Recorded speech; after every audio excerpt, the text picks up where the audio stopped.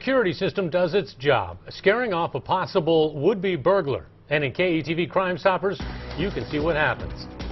This is outside 42 Degrees Pipes and Tobacco. It's on 143rd. Just after midnight, March 5th, this guy walks up to the front of the store. He's obviously checking out what's inside and if anybody's watching. Well, after leaving for a little bit, he returns. But now he has a ball-peen hammer in his hand.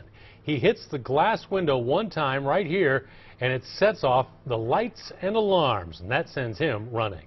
It only took a moment, but the damage was enough for this to be a felony destruction of property. If you know who this guy is, contact Crime Stoppers. Call, text, email. If your tip leads to his arrest, you could get a cash reward. And since Crime Stoppers uses a code system, no one will ever know your name. Project